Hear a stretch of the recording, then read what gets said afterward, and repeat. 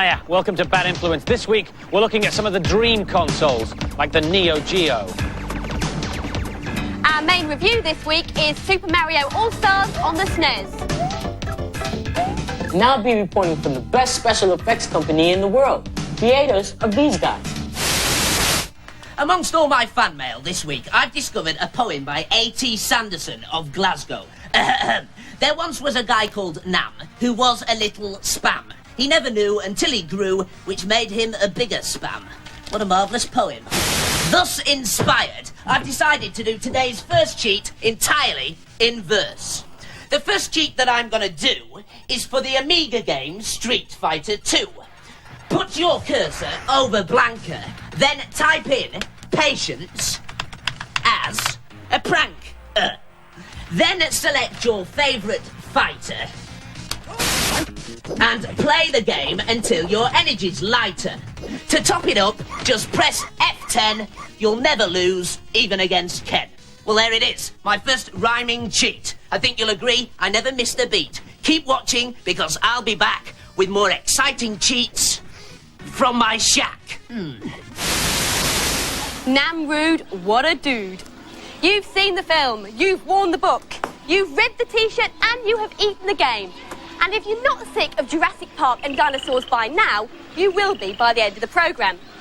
This is the CD-ROM Dinosaurs, which runs on the PC. It's based on several books, but as well as words and pictures, you get sounds and animations as well. You can start at the beginning like a book or dip in where you like, and that's what I've done. I've gone to the basics. What is a dinosaur? Let's find out. Dinosaurs were amazing creatures that lived during the Okay, this is where it's got it over a book, because I can't say that word, so I can click it. It'll get me more information about that strange word. Here, it tells you what it is, but best of all, it'll also tell you how to pronounce it. Mesozoic era. Mesozoic era. And now I won't embarrass myself in front of dinosaur experts. This voice facility is also used because you can go on guided tours. There are loads to choose from, but we go for the Dinosaur Olympics. In basketball, when the Dino Dream Team steps onto the court, Michael Jordan doesn't stand a chance. And I've chosen this one because I hope that Manchester are going to win the Olympics later on. Keep your fingers crossed for that. As well as this, you can have a look at 6 different movies. It lets the sounds and animations speak for themselves. I've chosen The Hunt because it's the most bloodthirsty, but it's not for the faint-hearted. What I want to know is, how can they sample sounds from animals that died 65 million years ago?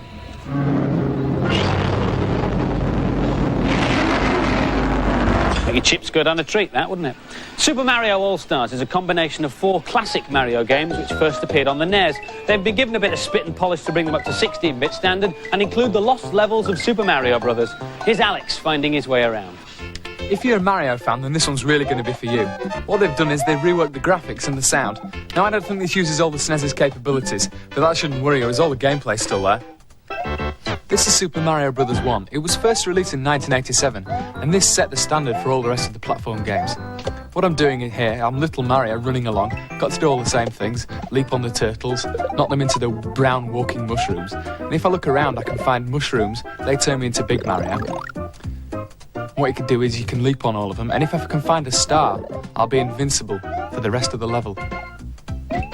This means you can just run through, you can do big jumps, you can just plough through the game. These are the lost levels of Super Mario Brothers. You won't have seen these if you live outside Japan, because when they were first released, they were considered too hard for the European market, and this one requires some precision jumping. Let me tell you, these are a lot harder than they look. You've got to leap over these green things, but they're always getting you. Oh, they got me. With these 4 separate games included, I think that makes it great value. Even if you've already got Super Mario World, I think this complements it nicely. I will consider buying it, but only because it's got the 4 games in one. When they were first released, the Mario games were good, but they're flogging them to death by re-releasing now dated games. And so the final scores for Super Mario All-Stars, the girls gave it an average 3 out of 5, but the boys gave it an excellent 4 out of 5. Right, Scotty Furtlers, which famous movie is this an impersonation of? I'm really bored with this planet. You are the chosen one, Luke. May the Force be with you. Eek, eek, the spaceship has been overrun by Imperial stormtroopers. Use the force, Luke.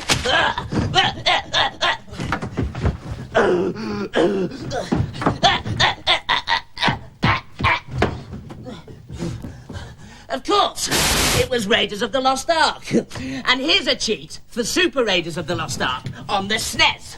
When you get to the Sandman's level, after the second set of caves, you come to a straight piece of ground like this. All you have to do is fall off the cliff and press left, and you'll find an extra set of 9 lives. And you can come back to this spot as many times as you like. Right, time for my next movie impression. Eek, eek, all the dinosaurs have escaped. Ockeye the new haggis. I'm really sorry I built this island and invented all them dinosaurs the new. They used to say that a camera never lies. Today, especially in movies, it lies all the time. And the best people in the world at making it lie aren't in Hollywood. They're based here, just north of San Francisco, at a special effects company called Industrial Light and Magic. The latest blockbuster to feature their handiwork is Jurassic Park. Keep absolutely still. The job of the special effects wizards is to produce scenes and characters that can't exist in real life. And let's face it, there aren't that many Tyrannosaurus Rexes around nowadays, even in California. Turn the light off, turn the light off. And this is where the magic starts, the art department.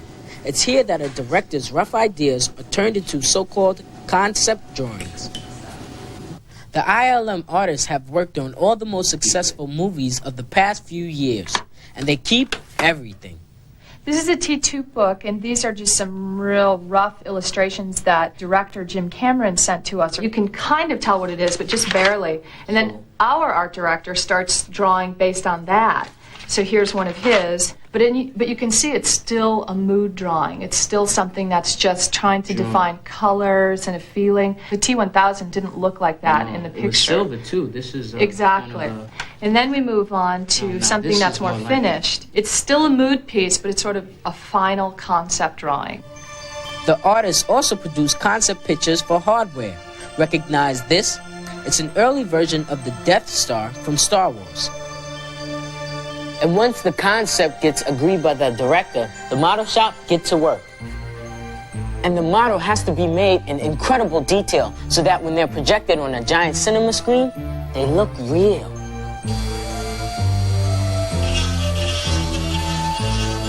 The model makers here at Industrial Light and Magic can produce anything from dragons to dinosaurs, from spaceships to Slimers, from buildings to brothers.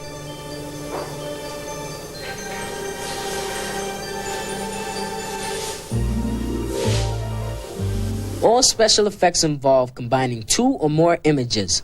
These scenes were produced nearly 90 years ago by the French filmmaker Georges Méliès. It looks crude now, but the audience then had absolutely no idea how this could be done. And special effects techniques remained pretty much unchanged until Industrial Light and Magic was set up nearly 20 years ago. It's 1975. Producer George Lucas is about to embark on a project called Star Wars, and he needs to film some very special effects. He assembles a team of model makers, cameramen, and unusually computer experts who between them invent an entirely new way of shooting special effects. For the first time, they're using computers to control camera movements. This is what's called a motion control camera. It's motorized and can move very precisely under computer control. It means that camera moves can be repeated time after time. So all the spaceships that you need for your battle can be filmed separately and combined later. Today, motion control is used in every other movie. But here at ILM, they're one step ahead. They're using computers in an entirely different way to produce movie images. This really came to the forefront with Terminator 2, where we had a completely synthetic model of Robert Patrick built for his role as the T-1000 robot. To produce the perfect T2 within the computer, the programmers needed a real-life reference, so they felt-tipped actor Robert Patrick's body with a black grid and filmed him walking, running, and standing. They then produced a wireframe model inside the computer, which they could animate to perfectly reproduce his body movements. One of the problems with this new technique was that the model experts at ILM, who know how to make a dinosaur move convincingly, weren't computer experts. They were used to hands-on work, and that's where the DIDs came in. This is the DID, or the dinosaur input device, that we use to make some of the scenes in Jurassic Park, some of the animations. And what it is a conventional stop-motion animation armature that's articulated using these hinge joints, and hooked up to each joint is an optical encoder that will allow each move that one makes of the articulated skeleton to be transferred down these wires. It goes into the computer and memorized. So it's built up over hundreds and hundreds and hundreds of little tiny infinitesimal movements. And then we'll use the computer to edit all the moves and smooth them out and refine the performance of the character. One thing's for sure, in the movies at least, you just can't believe your eyes. Oh, and a competition to finish with. From which movie is this the last scene? Amazing stuff, eh? In the movie, the special effects wizards filled in the blank spaces with real-life actors and vehicles. So, in the film, they were real, but that wasn't. But what film was it? Well, here's another clue. It was on telly last week. Oh, and it starred Bruce Willis. Prize details at the end of the programme, but now it's time for this week's news and previews. Here's a red-hot new game for the Amiga and PC, Inferno. You can visit 7 planets and 3 moons, viewing them from deep space or interacting close-up in great detail. Look out for it in early '94. There are 2 new stylish joysticks for the Mega Drive and the SNES. Both Mega Master sticks feature arcade-style buttons and slow motion, auto fire, turbo speed and volume control. The most eagerly awaited game for software-hungry Mega CD fans is Sylphid. The game features massive polygon-based background sprites like those seen in Starwind. They rotate and change in size as they shoot towards you. Sylphid hits the shops in November. And now for some more games reviews. In Dr. Franken 2 on the Game Boy, poor old Frankie's having a bit of bother with the electricity board. He's run up a huge bill and he can't pay it, so the search is on to find Dr. Frankenbone's lolly. Here's Amanda. This is a very big maze game, but it's also a shoot-em-up as well. Here you can see the bailiff. He's knocking at the door frantically, but he can't get me, so I've got to find the key so I can shoot out the back door. This game's slightly different to the first game, as there are several different worlds. Here I am in the forest.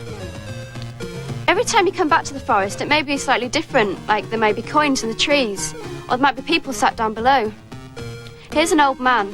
He doesn't do anything, so you just go past him. This is a really good game if you like puzzles, and I think it'll keep you interested for quite some time. This is a great improvement on the first one. It's got faster and slicker graphics. I think this is a great game for the Game Boy. At first I found this game quite interesting, but I wasn't sure where I was going.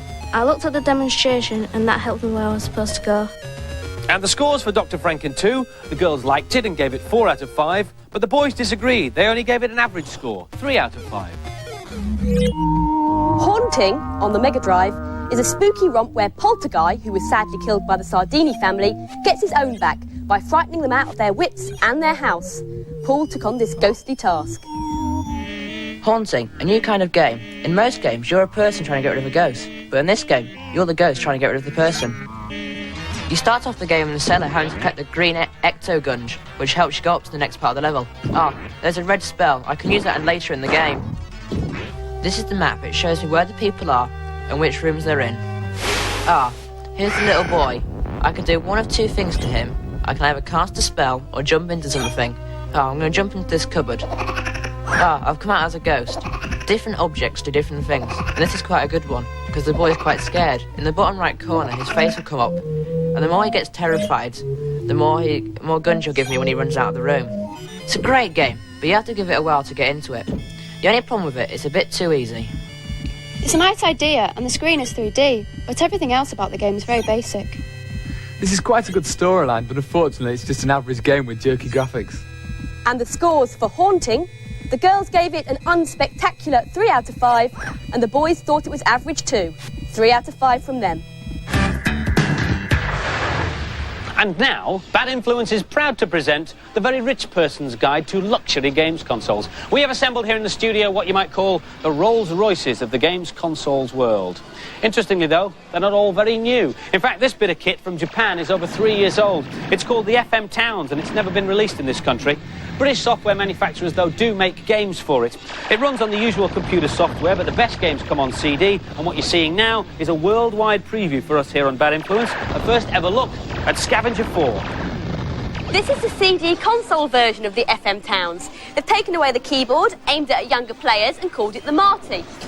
In this game, Microcosm, you steer a tiny ship through the human body.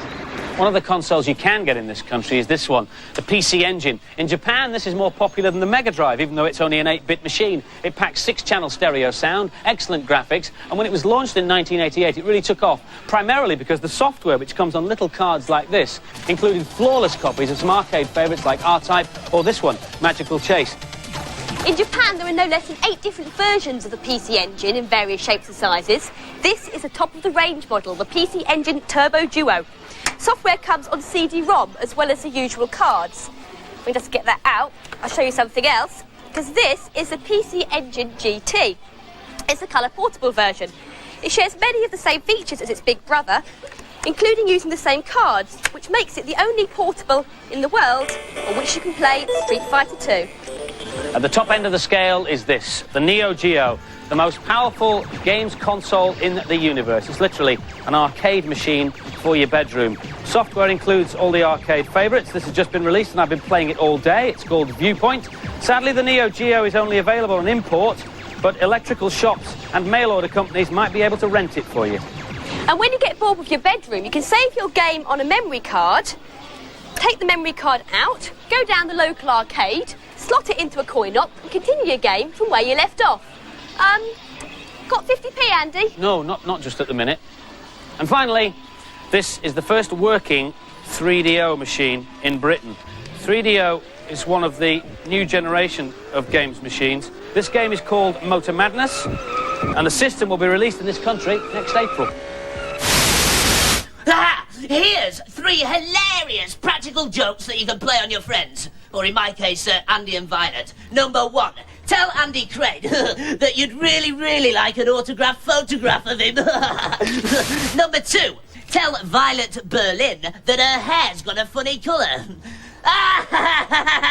Number 3. Wait till they're playing Dragon's Fury on the Mega Drive, then quickly distract them and type in LIBYFWJID3. Then as soon as they start the game, they'll get a score of, lots of 9s and 2 noughts. But the best bit is, when they blast the ball back into play, they'll go straight to the final stage, making the game completely useless and a total waste of time. Or, of course, alternatively, you could rewire their Mega Drive so when they press button Z, it blows up.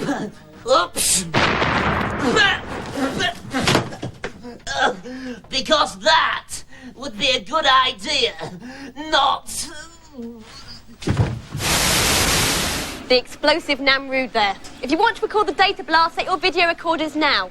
Last week's competition prize was an Amiga 1200 with a modem, the game Air Warrior, and the fashion accessory for the 90s, the Bad Influence T-shirt. The competition question was, who played the ace pilot in the film Top Gun? The answer, Tom Cruise. The winner, congratulations to Nazir Shiraz from Cardiff. This week's competition prize is to win a Neo Geo and games, and the question's the same one that was set by Z Right earlier. From which film is this the last scene? Phone in your answers on 0891 700 100. Calls will cost no more than 25p, but make sure you get permission first from whoever pays the phone bill. Lines close at midnight on Monday. And that, unfortunately, is all we have time for today, so see you next week. Ta-ra! Bye! Come on, it's my go now. Come on, it's my go now. Come on.